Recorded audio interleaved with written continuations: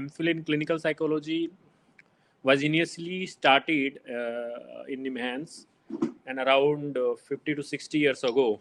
So, and then later on it was further, this course was started in CIP, then RINPAS, and there are many institutes. And now currently, more than 55 institutes in the country are running MPhil in clinical psychology course.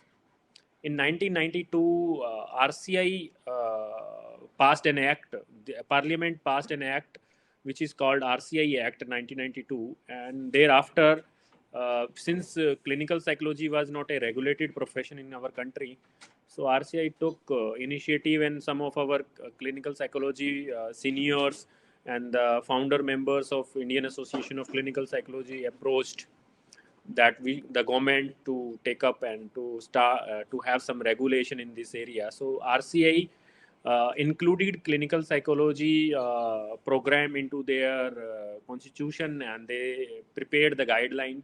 And thereafter, one by one, and now there are more than 55 institutes in the country which are being regulated by Rehabilitation Council of India.